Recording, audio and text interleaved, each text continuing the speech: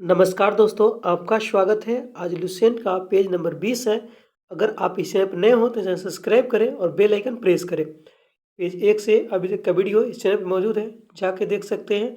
आपसे एक रिक्वेस्ट है, कृपया शेयर जरूर कर दें। पेज का पहला क्वेश्चन, पाल वंश का सबसे महान शासक धर्मपाल था। पूछा जाएगा क्वेश्चन, पाल वंश का सबसे महान शासक कौन था? धर्मपाल, जिसने विक्रमशिला विश्वविद्यालय की स्थापना की। एक और क्वेश्चन बनता है यहाँ से, विक्रमशिला विश्वविद्यालय का स्थापना किसने किया? धर्मपाल ने। कनौज के लिए त्रिपक्षीय संघर्ष पाल वंश, गुर्जर प्रतिहार वंश एवं राष्ट्रकूट वंश के बीच हुआ। इसमें पाल वंश की ओर से सर्वप्रथम धर्मपाल शामिल हुआ था। कनौज के लिए त्रिपक्षीय संघर्ष पाल वंश, गुर्जर प्रतिहार वंश एवं राष्ट्रकूट वंश के बीच हुआ। इसमें पाल वंश की ओर से सर्वप्रथम धर्मपाल गया था। 11वीं सदी के गुजरती कवि सोडठल ने धर्मपाल को उत्तरापथ स्वामी की उपाधि से संबोधित किया। पूछा जाएगा क्वेश्चन दोस्तों, 11वीं सदी के गुजरती कवि सोडठल ने धर्मपाल को किस नाम से, मतलब कौन सा उपाधि दिया? उत्तरापथ स्वामी की उपाधि दिया। सोमपुर महाविहार का निर्माण धर्मपाल ने करवाया। क्वेश्चन पूछेगा यहाँ से, सोमपुर महाविहार का निर्माण किसने कराया? धर्मपाल ने।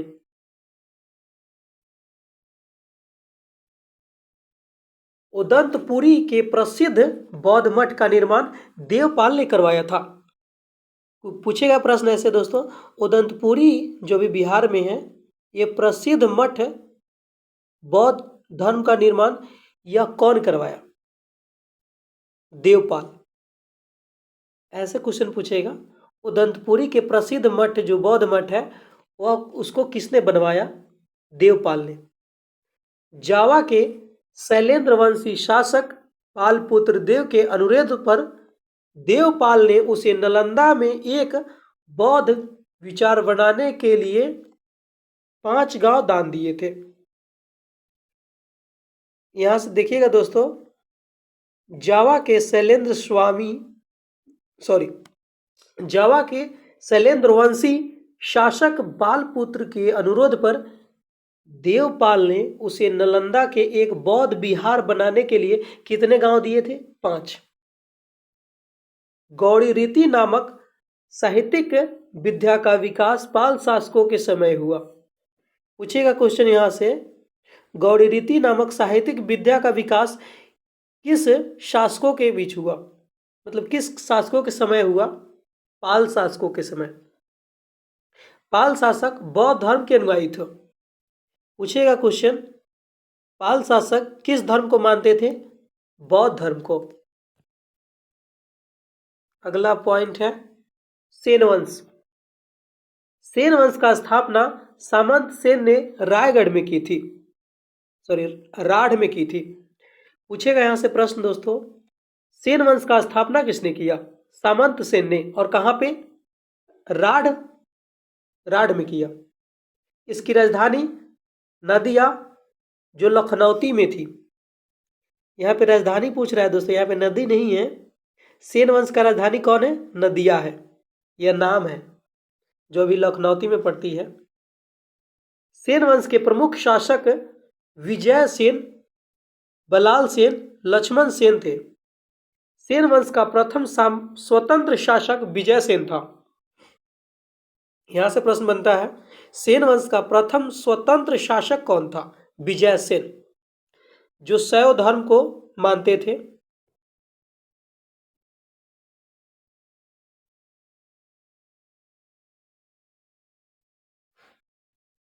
सेन वंश का प्रथम स्वतंत्र शासक विजय सेन था, जो शैव धर्म को मानते थे।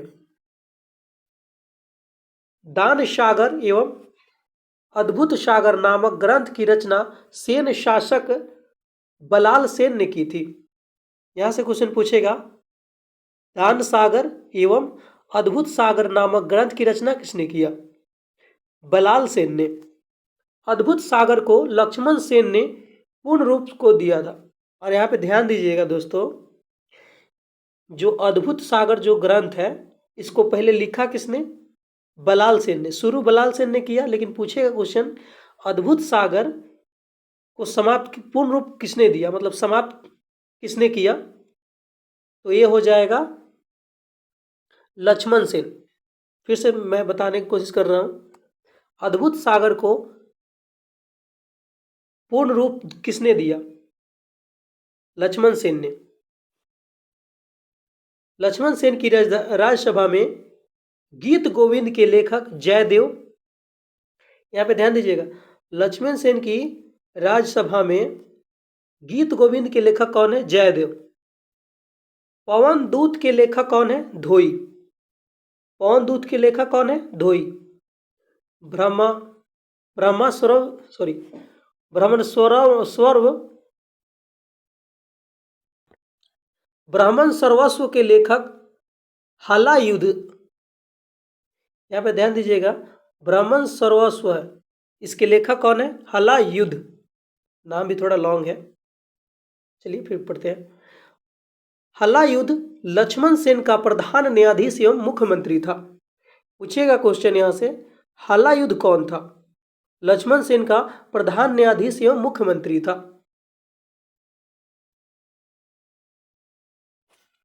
विजय सेन ने देवपाड़ा ने प्रधुनेश्वर मंदिर की स्थापना की। विजय सेन ने देवपाड़ा में किस मंदिर की स्थापना की? प्रधुनेश्वर मंदिर की, जिसमें शिव की विशाल मंदिर है। सेन राजवंश का प्रथम राजवंश था। सेन जो राजवंश प्रथम राजवंश था जिसने अपना अभिलेख सर्वप्रथम हिंदी में उत्कीर्ण करवाया।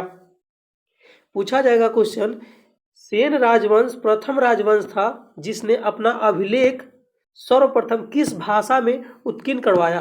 तो हिंदी। लक्ष्मण सेन बंगाल का अंतिम हिंदू शासक था। लक्ष्मण सेन कौन था? बंगाल का अंतिम हिंदू शासक। नेक्स्ट पॉइंट है कश्मीर के राजवंश। कश्मीर पर शासन करने वाला शासक वंश कालक्रम में इस प्रकार है। पहले था काकोट वंश, उत्पल वंश, लोहार वंश। देखिएगा दोस्तों कौन कौन कश्मीर में राज किया है। पहला काकोट वंश, उत्पल वंश, लोहार वंश। 627 ईस्वी में दुर्लभवर्धन नामक व्यक्ति ने कश्मीर के काकोट वंश की स्थापना की थी। पूछा जाएगा काकोट वंश की स्थापना किसने किया? दुर्लभवर्धन। और कब किया? 627 ईस्वी में। वेनसांग ने उसके शासनकाल में कश्मीर की यात्रा की। यह क्वेश्चन पूछा गया प्रश्न है दोस्तों, कश्मीर में वेनसांग किसके शासनकाल में आया? दुर्लभवर्धन। फिर से मैं बोल रहा हूं, सॉरी, वेनसांग जो कश्मीर में किसके शासनकाल में आया? दुर्लभवर्धन। दुर्लभवर्धन। फिर से मैं रिपीट कर देता हूं, वेनसांग कश्मीर में किसके शासनकाल में भारत में आया? भारत में नहीं, कश्मीर में किसके शासनकाल में आया? तो दुर्लभवर्धन। काकोट वंश का सबसे शक्तिशाली राजा ललितादित्य मुंतापिंड था। काकोट वंश का सबसे शक्तिशाली राजा कौन था? ललितादित्य मुक्तापिंड। कश्मीर का मार्तंड मंदिर का निर्माण किसने करवाया? ललितादित्य मुर्तापिंड ने। कश्मीर का मार्तंड मंदिर का निर्माण किसने कराया? ललितादित्य मुर्तापिंड ने।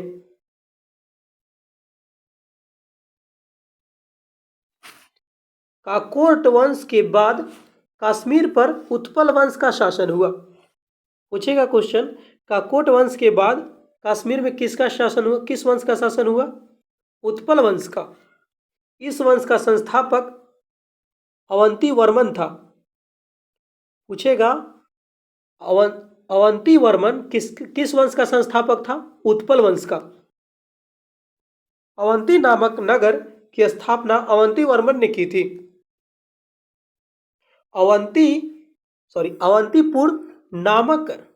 अवंतीपुर नामक नगर की स्थापना किसने किया?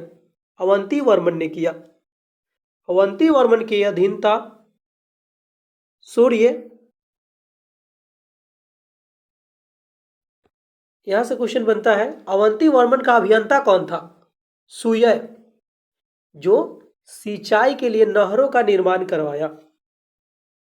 अवंती वर्मन का अभियंता कौन था? सूर्य, जो क्या किया? सिंचाई के लिए नहरों का निर्माण करवाया। 980 ईस्वी में उत्पल वंश की रानी हिद्दा का एक महत्वाकांक्षी शासिका हुई। पूछा जाएगा क्वेश्चन, कब उत्पल वंश की रानी हिद्दा एक महत्वाकांक्षी शासिका हुई? 980 ईस्वी में। उत्पल वंश के बाद कश्मीर पर लोहार वंश का शासन हुआ। क्वेश्चन पूछेगा, उत्पल वंश के बाद कश्मीर पर किसका शासन हुआ? लोहार वंश का। लोहार वंश के संस्थापक संग्रामराज था। लोहार वंश का संस्थापक कौन था? संग्रामराज। संग्रामराज के बाद अनंत राजा हुआ। इसकी पत्नी सूर्यमती का प्रशासन को सुधारने की सहायता की। पूछेगा क्वेश्चन दोस्तों यहां से, जो संग्राम राजा था उसके बाद अनंत राजा हुए, लेकिन संग्राम राजा का पत्नी कौन था? सूर्यमती, जो क्या किया?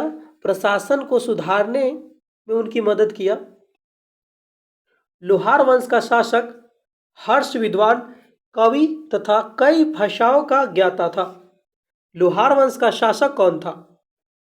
हर्ष विद्वान कवि कई भाषाओं का ज्ञाता था। जो लोहार वंश का शासक था मतलब संग्रामराज, वह जो था मतलब हर्ष विद्वान कवि कई भाषाओं को ज्ञाता था। कल्हन हर्ष का आश्रित कवि था। पूछेगा क्वेश्चन, कल्हन कौन था? हर्ष का आश्रित कवि। जय सिंह लोहार वंश का अंतिम शासक था। यहां से क्वेश्चन बनता है, लोहार वंश का अंतिम शासक कौन था? जय सिंह, जिसने 1128 ईस्वी से 1155 ईस्वी तक शासन किया। पूछेगा क्वेश्चन, जय सिंह ने कब तक शासन किया? 1128 से 1155 तक। जय सिंह के शासनकाल के साथ ही कल्हन की राजतरंगिणी का विवरण समाप्त हो गया।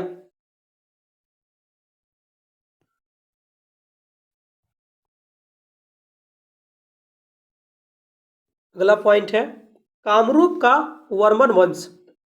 कामरूप का वर्मन वंश 4वीं शताब्दी के मध्य कामरूप में वर्मन वंश का उदय हुआ। इस वंश का प्रतिष्ठा संस्थापक पुष्यवर्मन था।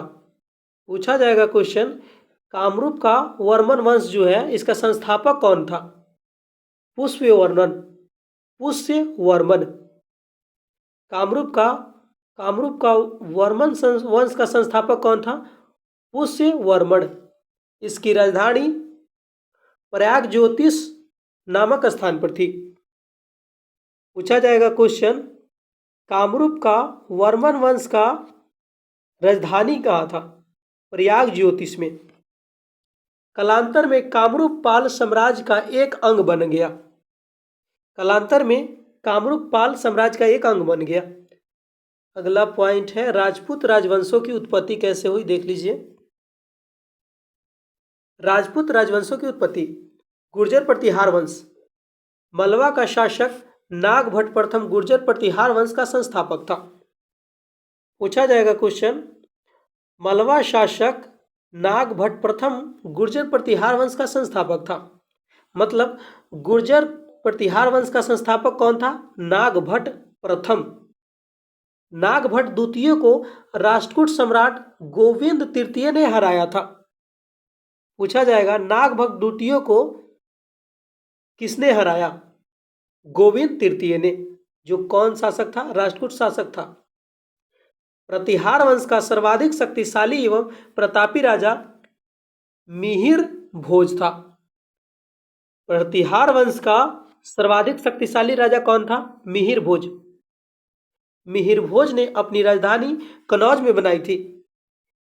पूछा जाएगा क्वेश्चन, मिहिर भोज ने अपनी राजधानी कहाँ बनाई? कनौज में। यह विष्णु भक्त था। उसने विष्णु के सम्मान में आदि वराह की उपाधि ग्रहण की। पूछा जाएगा मिहिर भोज किस भगवान को मानते थे? विष्णु का।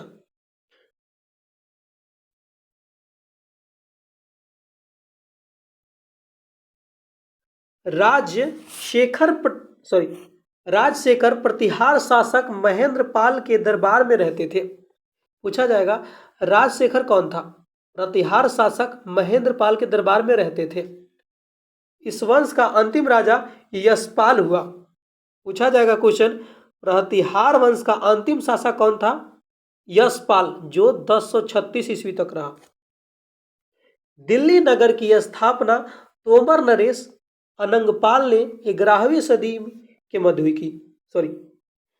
जो दिल्ली नगर की स्थापना किसने किया? पूछा जाएगा दिल्ली नगर की स्थापना किसने किया? तोमर नरेश अनंगपाल ने। और कब किया? 11वीं सदी के मध्य किया।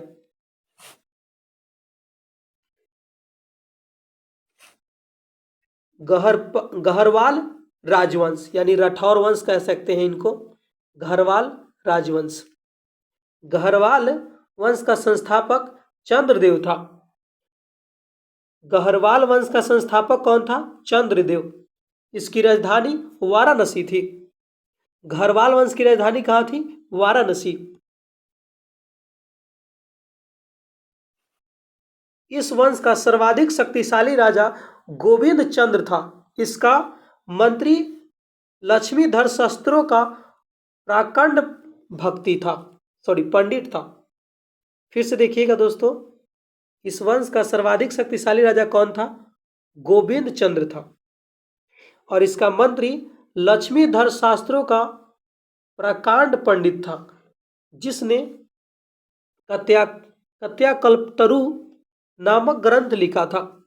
अब यहां से क्वेश्चन बनता है, कत्याकल्पतरु किसने लिखा? लक्ष्मीधर ने।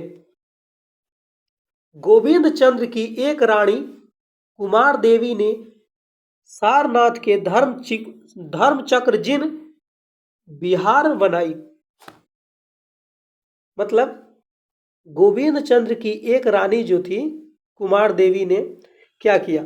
सारनाथ ने धर्म चक्र जिन विहार बनवाई। पृथ्वीराज तृतीय ने स्वयंवर से जयचंद्र की पुत्री संयोगिता का अपहरण कर लिया था। पूछा जाएगा क्वेश्चन, किसने स्वयंवर से जयचंद्र की पुत्री संयोगिता का अपहरण किया था? पृथ्वीराज तृतीय ने। पृथ्वीराज तृतीय ने स्वयंवर से जयचंद की पुत्री संयोगिता का अपहरण किया था। पूछा जाएगा यहां से क्वेश्चन, जयचंद की पुत्री कौन थी? संयोगिता।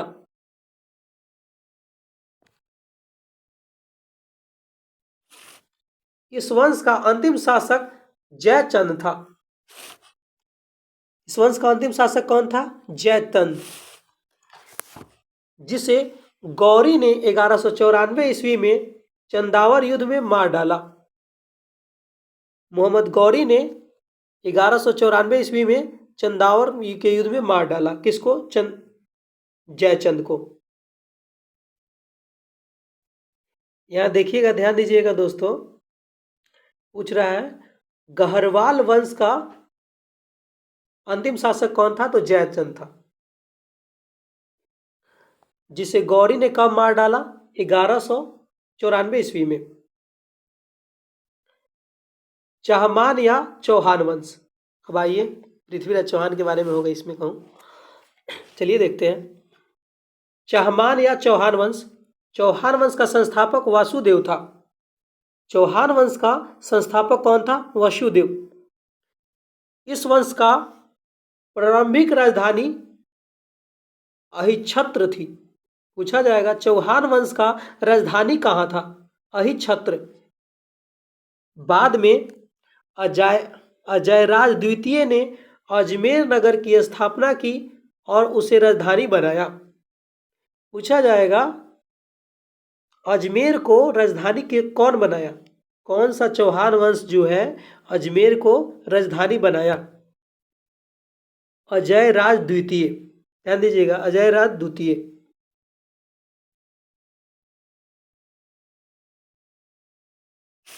इस वंश का सबसे शक्तिशाली शासक अंगोन अंगोना सॉरी अर्नोराज के पुत्र विग्रहराज चतुर्थ विशल देव हुआ।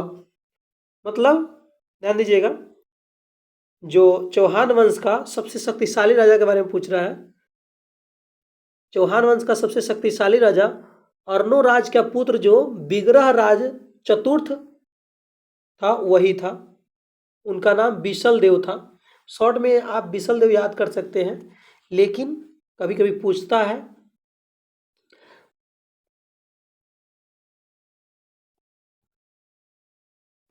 क्वेश्चन ऐसे पूछेगा, चौहान वंश का सबसे शक्तिशाली राजा कौन था? तो आप यहाँ याद कर सकते हैं विग्रहराज चतुर्थ।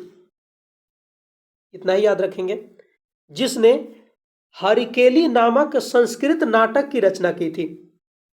पूछा जाएगा हरिकेली नामक संस्कृत नाटक की रचना किसने किया? विग्रहराज। सोमदेव विग्रहराज चार के राजकवि थे। सोमदेव कौन था? विग्रहराज चौथा का राजकवि था, जिसने ललित विग्रहराज नामक नाटक लिखा। पूछा जाएगा क्वेश्चन, ललित विग्रहराज नाटक किसने लिखा? सोमदेव ने।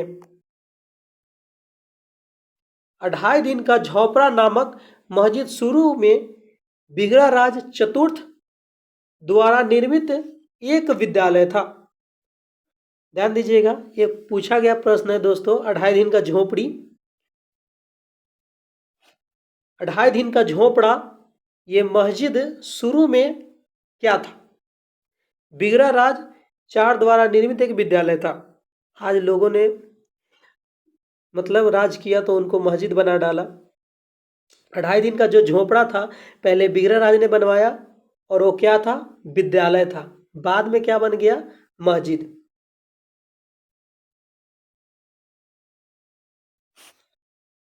पृथ्वीराज तृतीय इस वंश का अंतिम शासक था। पूछा जाएगा क्वेश्चन, चौहान वंश का अंतिम राजा कौन था? पृथ्वीराज तृतीय। चंद्रवरदाई पृथ्वीराज तृतीय की राजकवि था। पूछा गया प्रश्न है दोस्तों। चंद्रवरदाई कौन है? पृथ्वीराज तृतीय का राजकवि था, जिसकी रचना पृथ्वीराज रासो से है।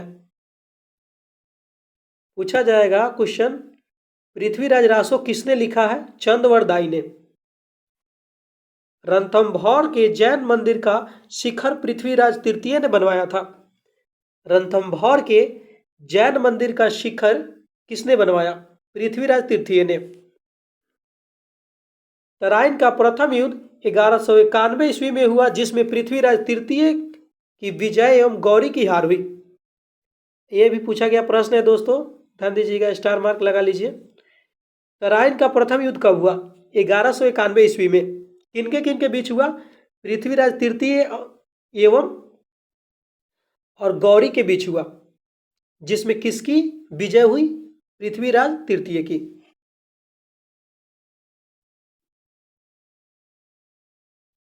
तराइन के द्वितीय युद्ध 1192 ईस्वी में हुआ। ध्यान दीजिएगा, एक साल बाद हुआ। इसको रिलेट करके याद कर सकते हैं। तराइन का प्रथम युद्ध 1191 ईस्वी में और तराइन का द्वितीय युद्ध 1192 ईस्वी में। इसमें गौरी का विजय हुआ, पृथ्वीराज तृतीय हार गए। देख लीजिए, पहले तो पृथ्वीराज जीत गए, उसके बाद द्वितीय युद्ध में जो है मोहम्मद गौरी जो जीत गया। परमार वंश, आइए देखते हैं परमार वंश। परमार वंश का संस्थापक उपेंद्र राज था। परमार वंश का संस्थापक कौन था? उपेंद्र राज। इसकी राजधानी धारा नगरी थी। पूछा जाएगा क्वेश्चन, परमार वंश का राजधानी कौन था? धारा नगरी।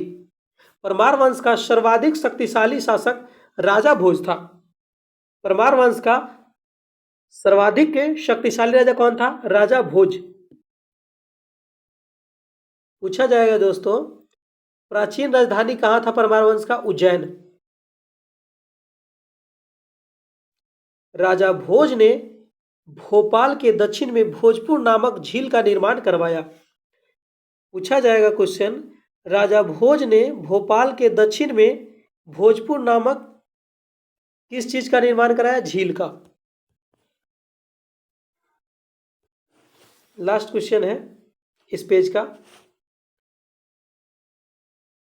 नैषधीय चरित्र के लेखक श्रीहर्ष प्रबंध चिंतामणि।